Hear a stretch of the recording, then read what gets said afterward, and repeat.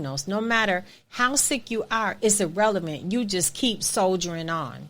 And so we look at, when I'm reading this soldiering on, I'm just thinking about all those physicians, doctors, nurses, those people, healthcare providers that are soldiering on through COVID. I want us to be, I just want us to be mindful. And so I'm going back to the article. Even since 2003 mandate to limit resident work up to 80 hours a week, chronic sleep deprivation and fatigue among residents have been common. According to a report recently released by the Institute of Medicine, when physicians start practices, whether in academia or the community, demands on their time and energy are intense. There are no limits on work hours, and many find themselves with extended hours to which they are not accustomed, sacrificing self-care. They press on doing whatever it takes to succeed and not maintaining a substantial work-life balance. Snorling comments that the compulsive personality traits that got physicians into medical school that makes them good physicians are also contributors to a lack of balance in their lives. Physicians get a lack of their self-worth from their work. The importance that work has for physicians make it hard for them to set priorities and recognize other things are equally important. And neglect of self-care, a compulsive drive to achieve, and the inability to prioritize are all traits that put physicians at risk for work-life imbalance. If ignored, such imbalance can lead to it can really lead to grim consequences, including burnout, depression, divorce, behavioral problems, mood disorder, and substance abuse. Among his clients, Peter S. Makowitz, MD, a life coach and the director of the Center for Professional and Personal Renewal, finds that people who burn out professionally are often those who had the brightest fires in the beginning. Often the doctors who are the most compassionate, the most caring, and the hardest workers are the ones who burn out. He says they do not have a self-care program and a place to sustain their energy. They become depleted emotionally and spiritually. That is so, let's keep going. To create a substantial balanced lifestyle, take time to objectively assess your physical and emotional wellness and keep track of the key indicators of the well-being over time. Saying no. The ability to say no and to set limits is a common problem among his physician clients. Makowitz says saying no without feeling guilty is understandably difficult for a physician.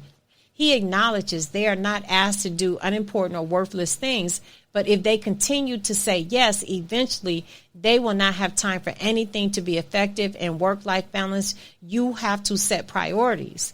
Brian Link, MD, professor of medicine, oncology, University of Iowa, describes how realizing he could say no to selective perceived work demands was a key for him finding work-life balance.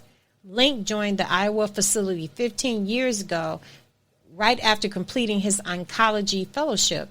As he approached a time where he would be evaluated for tenure, he felt compelled to achieve more, travel to more conferences, to network, apply for more grants, write more papers. At some level, he says he feared that if he did not make tenure, he would lose his job. All the same time, he had many family responsibilities and consequently felt significant pressure from the conflicting demands on his time. The pace of his activities was really not sustainable, and he approached the dean to talk about it. Ultimately, I realized I could choose not to take on as much. I could say no to new proposals and yet not have my job threatened. Link began turning down some grant application opportunities, and since that period, he has spent more time with his family. He feels successful in having created an environment in which his children can thrive, and he truly enjoys both the research and the patient care aspect of his job. This is really deep. Link says that the oncologists early in their career may not appreciate that they can say no. His advice recognizes that your skill set is highly valued and that you are in the driver's seat. Be true. I always tell people, it says be true to your priorities. Making choices, time and money. Time and money our physicians two principal resources: the commodities they have to navigate their work-life balance. Younger physicians often have significant financial challenges and demands on their time that call for hard choices.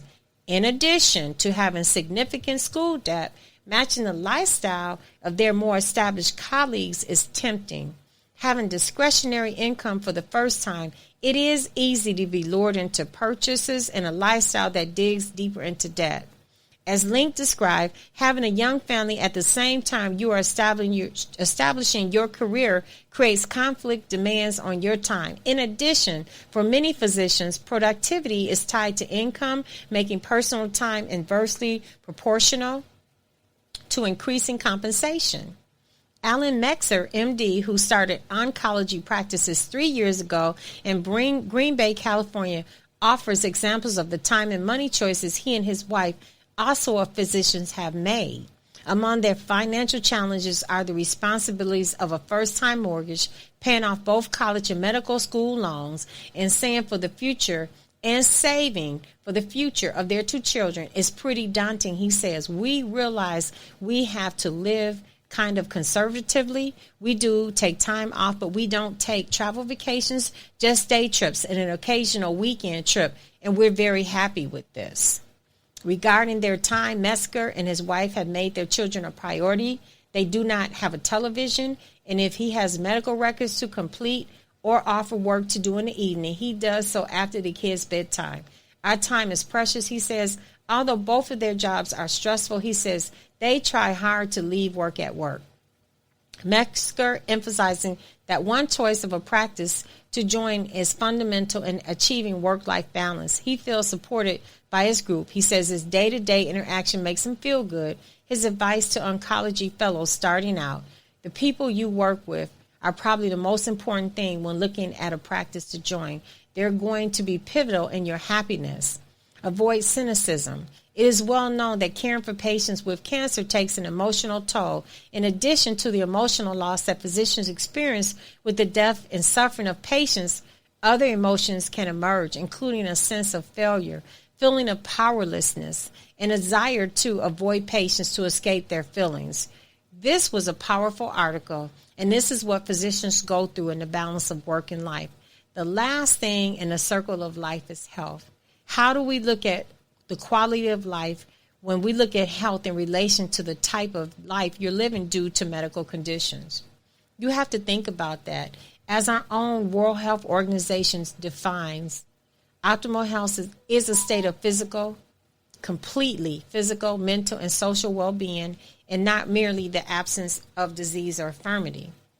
Optimal wellness is like a muscle. We have to exercise it consistently to have the results we desire.